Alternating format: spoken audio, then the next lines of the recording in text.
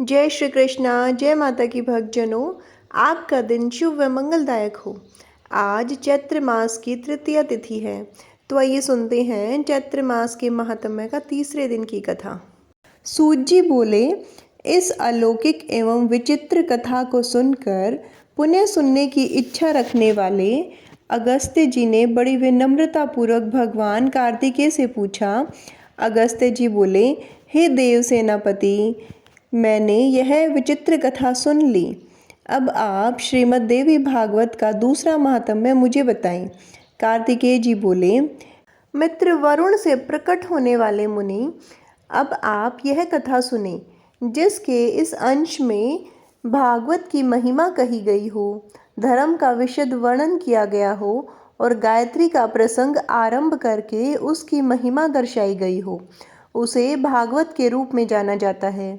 यह पुराण देवी भगवती के महात्म्य से परिपूर्ण होने के कारण देवी भागवत कहा जाता है। वह परा भगवती ब्रह्मा, विष्णु और महेश की आराध्या है। ऋत्वाक नाम से विख्यात एक महान बुद्धि संपन्न मुनि थे। रेवती नक्षत्र के अंतिम भाग गंडत्य योग में उनके यहाँ समय अनुसार एक पुत्र उत्पन्न हुआ। उन्होंने उस पुत्र की जात कर्म आदि प्रतिक्रियाएं तथा चूड़ाकरण एवं उपनयन आदि संस्कार भी विधि पूर्वक संपन्न किए। महात्मा ऋत्वाक के यहाँ जब से वह पुत्र उत्पन्न हुआ, उसी समय से वे शोक तथा रोग से ग्रस्त रहने लगे और क्रोध एवं लोभ ने उन्हें घेर लिया। उस बालक की माता भी अनेक रोगों से ग्रसित होकर नित्य शोकाकुल और अति दुखी रहने लगी। मुनि ऋत्वाक अत्यंत दुखी और चिंतित होकर सोचने लगे, ऐसा क्या कारण है कि मेरे यह अत्यंत दुर्मति पुत्र उत्पन्न हुआ।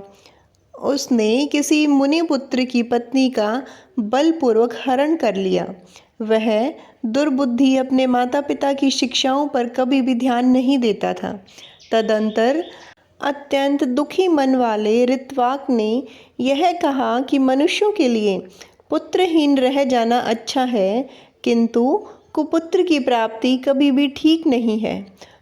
कुपुत्र स्वर्ग में गए हुए पितरों को भी नर्क में गिरा देता है। वह जब तक जीवित रहता है तब तक माता पिता को केवल कष्ट ही देता रहता है।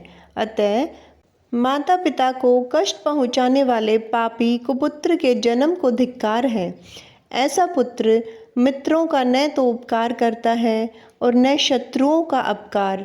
संसार में वे मानव धन्य हैं जिनके घर में परोपकार परायण तथा माता पिता को सुख देने वाला पुत्र उत्पन्न करता है। कुपुत्र से कुल नष्ट हो जाता है, कुपुत्र से यश नष्ट हो जाता है और लौकिक तथा प्रलौकिक दोनों जगत में दुख एवं नारकीय यातनाएं भोगनी पड़ती हैं। कुपुत्र से वंश नष्ट हो जाता है, दुष्ट पत्नी से जीवन नष्ट हो जाता है, विकृत भोजन से दिन व्यर्थ चला जाता है और दुरात्मा मित्र से सुख काहे से मिल सकता है। कार्तिकेय जी बोले, हे अगस्त जी, आपने दुष्ट पुत्र के दुराचरण से निरंतर संतप्त रहते हुए मुनि ऋत्वाक ने किसी दिन गर्ग ऋषि के पास जाकर पूछा। ऋत्वाक बोले, हे भगवन, मैं आपसे अपने पुत्र की दुशीलता का कारण पूछना चाहता हूँ। हे प्रभु, आप उसे बताएं। गुरु की निरंतर सेवा करते हुए मैंने विधि पूर्वक वेद अध्ययन किया और ब्रह्मचार्य व्रत पूर्ण करके विधि विधान के साथ विवाह किया।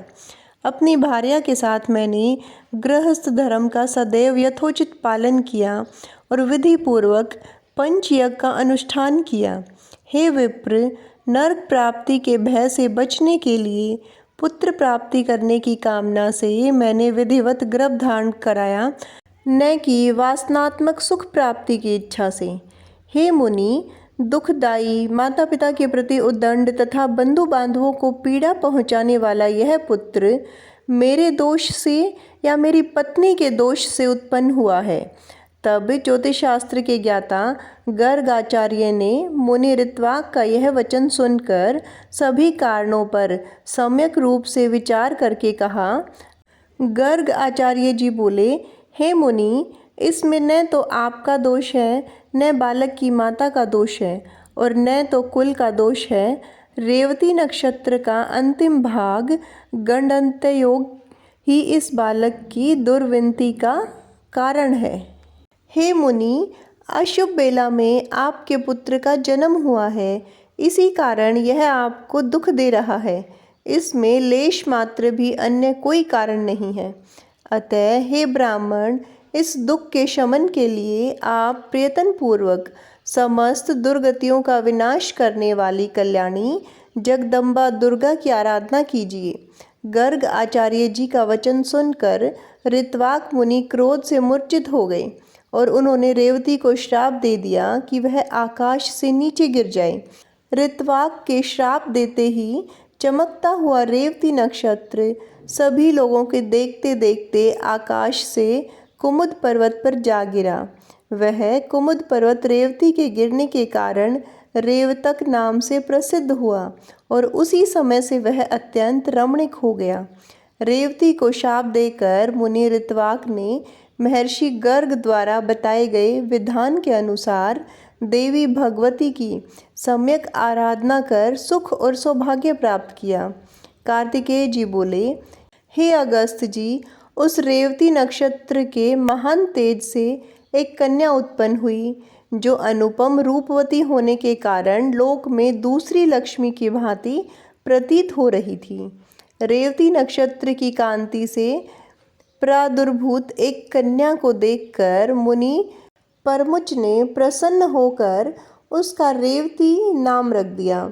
तदंतर ब्रह्म ऋषि परमुच उसे कुमुदाचल पर्वत स्थित अपने आश्रम में ले आए और पुत्री की भांति उसका धर्म पूर्वक पालन पोषण करने लगे। समय पाकर यौन को प्राप्त उस रूपवती कन्या को देखकर मुनि ने विचार किया कि इस कन्या के योग्य वर कौन होगा।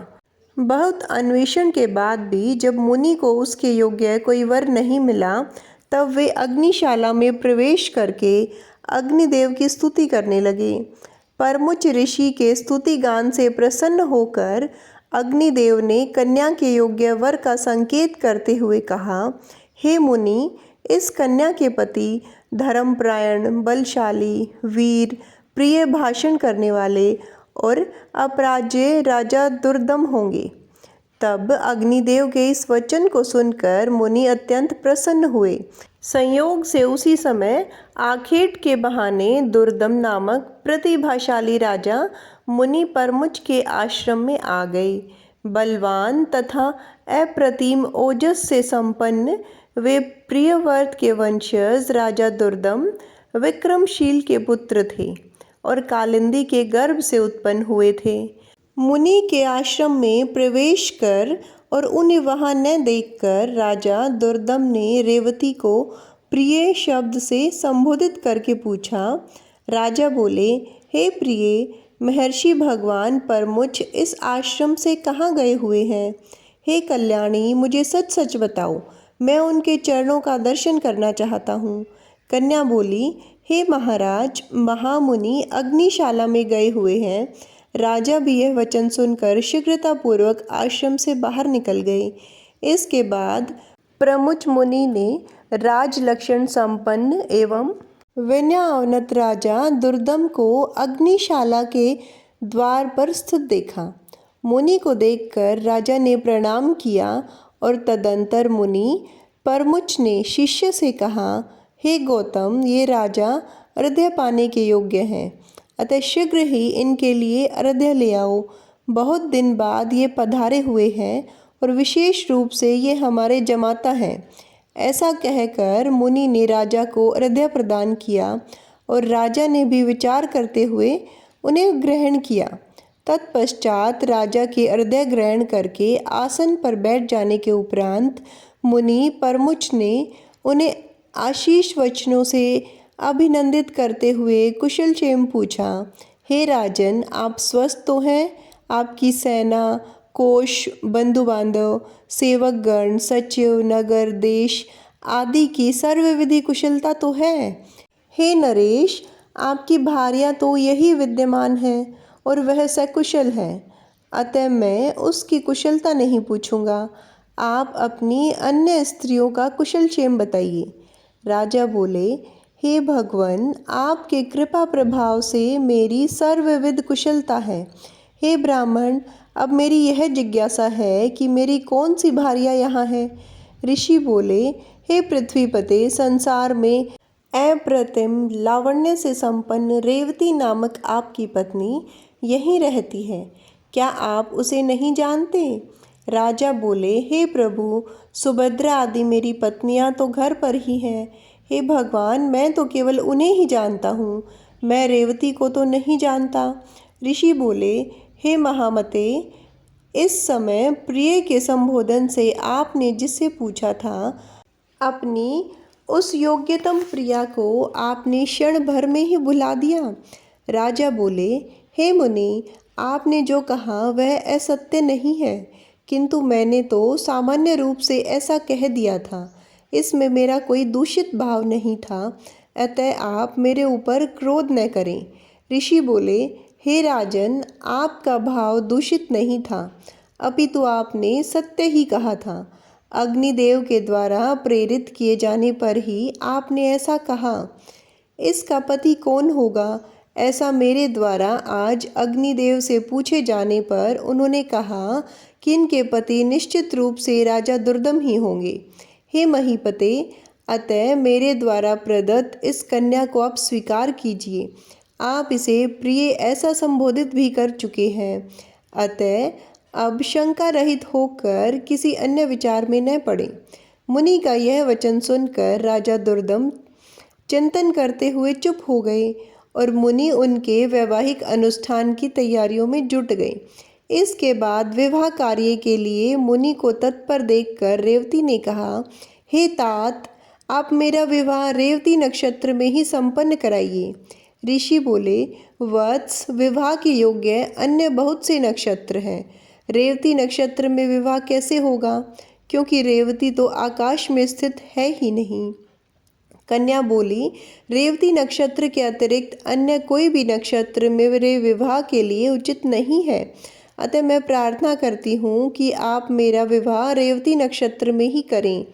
ऋषि बोले, पूर्व काल में मुनि ऋत्वाक ने रेवती नक्षत्र को पृथ्वी पर गिरा दिया था। इस प्रकार अन्य नक्षत्र में यदि तुम्हारी श्रद्धा नहीं है, तब तुम्हारा विवाह कैसे होगा? कन्या बोली, तात, क्या केवल एक ऋत्वाक ने ही तपस्या की है? क्या आपने मन वचन कर्म से ऐसी तप साधना नहीं की है?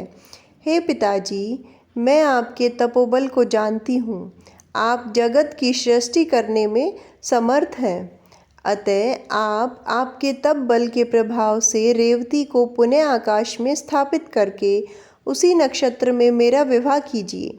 ऋषि बोले, तुम्हारा कल्याण हो, तुम जैसा मुझसे कह रही हो वैसा ही होगा।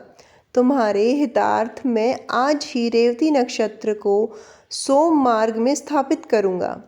कार्तिकेय जी बोले, हे अगस्त्य जी, ऐसा कहकर मुनि ने अपने तपोबल से शीघ्र ही पूर्व की भांति रेवती नक्षत्र को फिर से नक्षत्र मंडल में स्थापित कर दिया। तदंतर मुनि परमुच ने रेवती नक्षत्र में वैवाहिक विधि के अनुसार महात्मा राजा दुर्दम को वह रेवती कन्या सौंप दी। इस प्रकार कन्या का विवाह कर देने के उपरांत मुनि ने राजा से कहा, हे वीर, तुम्हारी क्या अभिलाषा है, मुझे बताओ, मैं उसे पूरी करूँगा।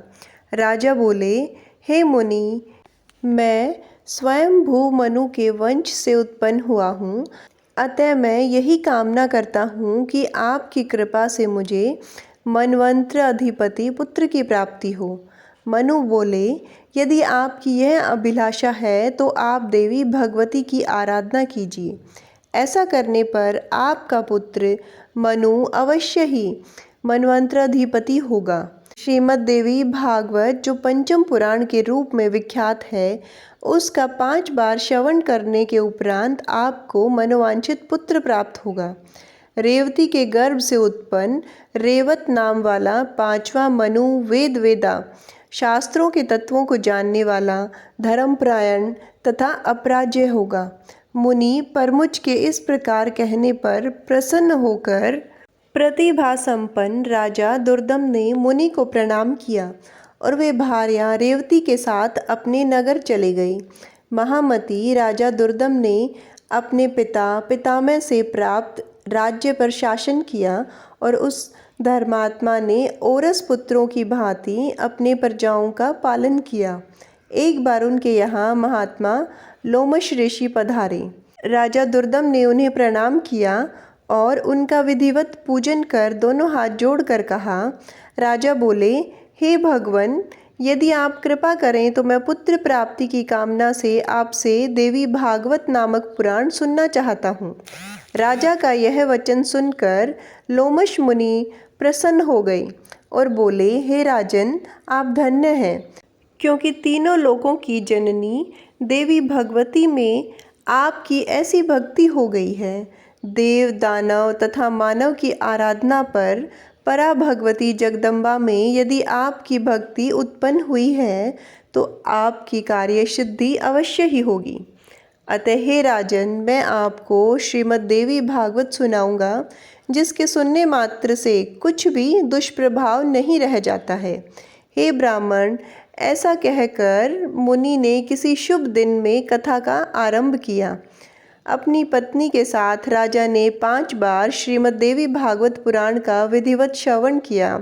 कथा समाप्ति के दिन धर्मश्रेष्ठ राजा दुर्दम ने अत्यंत प्रसन्नतापूर्वक श्रीमद् देवी भागवत तथा लोमश मुनि की पूजा की।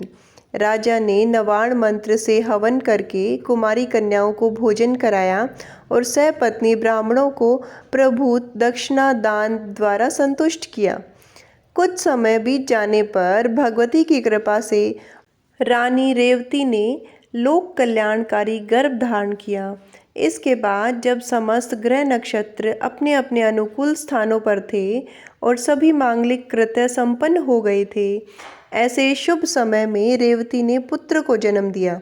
पुत्र के जन्म का समाचार सुनकर राजा दुर्दम अत्यंत प्रसन्न हुए और उन्होंने स्नान करके सवर्ण कलश के जल से पुत्र का जातकर्म आदि संस्कार संपन्न किया। तदंतर राजा ने विधि पूर्वक दान देकर ब्राह्मणों को संतुष्ट किया। समय पर पुत्र का उपनयन संस्कार करके राजा ने अपने पुत्र को अंगों सहित वेदों का अध्ययन कराया।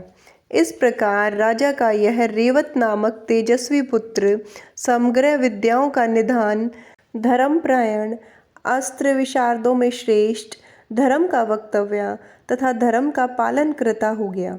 इसके बाद ब्रह्मा जी ने रेवत को मुनि के पद पर नियुक्त किया और वे श्रीमान मनवंतराधिपति के रूप में धर्म पूर्वक पृथ्वी पर शासन करने लगे। इस प्रकार मैंने देवी भगवती के इस प्रभाव का संक्षिप्त रूप में वर्णन किया। श्रीमद् देवी भागवत पुराण के महात्म्य का विस्तार पूर्वक वर्णन करने में कौन सामर्थ्य है? सूत जी बोले, हे ब्राह्मणों, इस प्रकार श्रीमद् देवी भागवत का महात्म्य तथा उसकी विधि सुनकर और कुमार कार्तिकेय की पूजा कर अगस्त्य जी अपने आश्रम चले गए। हे विप्रो, मैंने आप लोगों के समक्ष श्रीमद् देवी भागवत का यह महात्म्य कह दिया। जो मनुष्य श्रद्धापूर्वक इसका श्रवण तथा पठन करता है, वह इस लोक में संपूर्ण भोगों का सुख प्राप्त करके अंत में मोक्ष प्राप्त करता है। ऋषियों ने कहा, हे महाभाग सूत जी, हम लोगों ने श्रीमद् देवी भागवत सुन लिया है और अब इस पुराण के श्रवण की विधि सुनना चाहते हैं। सूत जी बोले, हे मुनियों, अब आप लोग इस पुराण के श्रवण का विधान सुने, जिससे सुनने वाले मनुष्यों की समस्त मनोकामना सिद्ध हो जाती है। पुराण श्रवण के इच्छुक विद्वान मनुष्य को चाहिए कि वह सर्वप्रथम ज्योतिषी को बुलाकर शुभ मुहूर्त निर्धारित कर ले। इसके लिए ज्येष्ठ मास से लेकर 6 महीने शुभ कारक होते हैं। हस्त, अश्विनी, मूल, पुष्य, रोहिणी, अनुराधा, मर्गशिरा तथा श्रवण नक्षत्र, पुण्यतिथि तथा शुभ दिनों में श्रीमद् देवी भागवत पुराण का श्रवण कल्याणकारी होता है। देवी की प्रसन्नता के लिए इसे चारों नवरात्रों में सुनना अति उत्तम माना गया है। सभी पुराणों के सुनने से जो फल प्राप्त होता है, उससे 100 गुना पुण्य श्रीमद् देवी भागवत के श्रवण करने से होता है। जिस प्रकार नदियों में गंगा श्रेष्ठ है, देवताओं में शिव, काव्यों में वाल्मीकि रामायण तथा तेजस्वियों में भगवान सूर्य श्रेष्ठ हैं।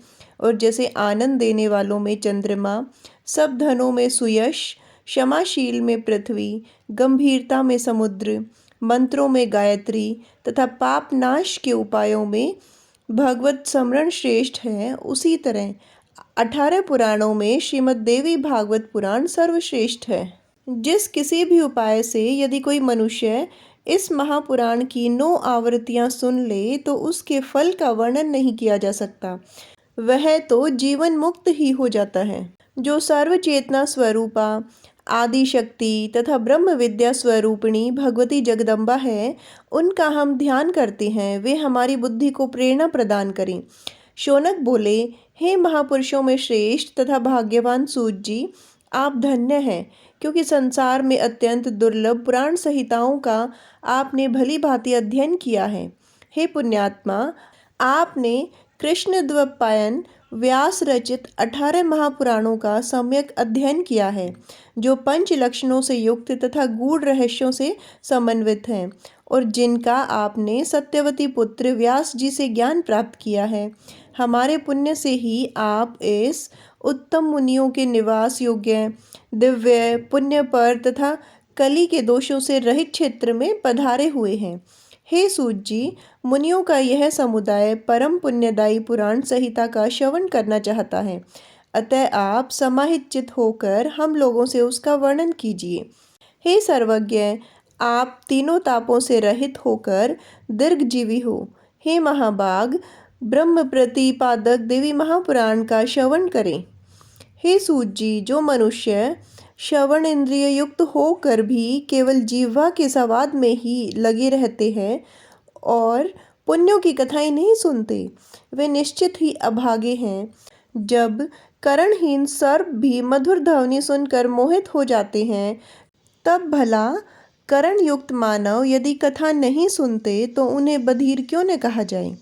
अतः हे सौम्य, समाहित चित्त होकर कथा सुनने की इच्छा से सभी द्विजगण कली काल के भय से पीड़ित हों, इस नैमिषारण्य में उपस्थित हैं।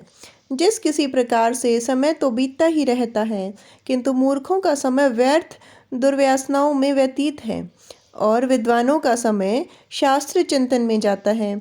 शास्त्र भी विचित्र प्रकार के तर्क वितर्क से युक्त हैं। पुराण 3 प्रकार के तथा शास्त्र विविध प्रकार के हैं, जो नाना विध वाद विवाद तथा छल प्रपंच से युक्त हैं।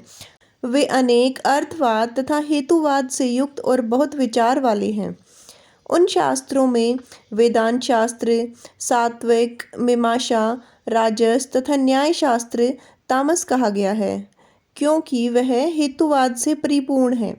इसी प्रकार हे सौम्य, आपके द्वारा कहे गए पुराण कथा भेद से 3 गुणों वाले तथा 5 लक्षणों से समन्वित हैं। आपने यह भी बताया कि उन पुराणों में यह श्रीमद् देवी भागवत 5वां पुराण है, पवित्र है, वेद के समान है और सभी लक्षणों से युक्त है। उस समय आपने प्रसंगवश अत्यंत अद्भुत मुमुक्षु जनों के लिए मुक्तिप्रद मनोरथ पूर्ण करने वाला, धर्म में रुचि उत्पन्न करने वाला जिस पुराण को संक्षेप में कहा था, उस उत्तम पुराण को विस्तार पूर्वक कहिए। उस दिव्य तथा कल्याणमय श्रीमद् देवी भागवत को हम सभी द्विजन आदर पूर्वक सुनने की इच्छा रखते हैं। हे धर्मज्ञ, गुरु भक्त एवं सत्व गुण से संपन्न होने के कारण आप कृष्ण द्वैपायन के द्वारा कही गई इस प्राचीन संहिता का ज्ञान प्राप्त कर चुके हैं। जिस प्रकार देवता लोग अमृत पान करते हुए भी तृप्त नहीं होते, उसी प्रकार हम लोगों ने भी यहाँ आपके मुखरविंद से निकली अन्य कथाएं भी सुनी, किंतु अभी भी हम तृप्त नहीं हुए हैं। हे सूत जी, उस अमृत को धिक्कार है जिसके पीने से कभी मुक्ति नहीं होती, परंतु इस भगवत रूपी कथा सुधा के पान से तो मनुष्य शीघ्र ही भव संकट से मुक्त हो जाता है। हे सूत जी, अमृत पान के लिए जो हजारों प्रकार के यज्ञ किए गए हैं, उनसे भी सर्वदा के लिए हमें शांति नहीं मिली। यज्ञों का फल तो केवल स्वर्ग है। पुण्य स्वर्ग से मृत्युलोक में लौटना ही पड़ता है। इस प्रकार निरंतर आवागमन के चक्र में आना जाना लगा रहता है। हे सर्वज्ञ, त्रिगुणात्मक काल चक्र में भ्रमण करते हुए मनुष्यों की ज्ञान के बिना मुक्ति कदापि संभव नहीं है। इसलिए सब प्रकार के रसों से परिपूर्ण तथा पुण्यप्रद श्रीमद् देवी भागवत पुराण कहिए, जो पवित्र, मुक्तिदायक, गोपनीय तथा मुमुक्ष जनों को सर्वदा प्रिय है। प्रिय श्रोतागणों, आज की कथा में इतना ही। आगे की कथा सुनने के लिए जुड़े रहिए। हमारी संस्कृति, हमारे संस्कार।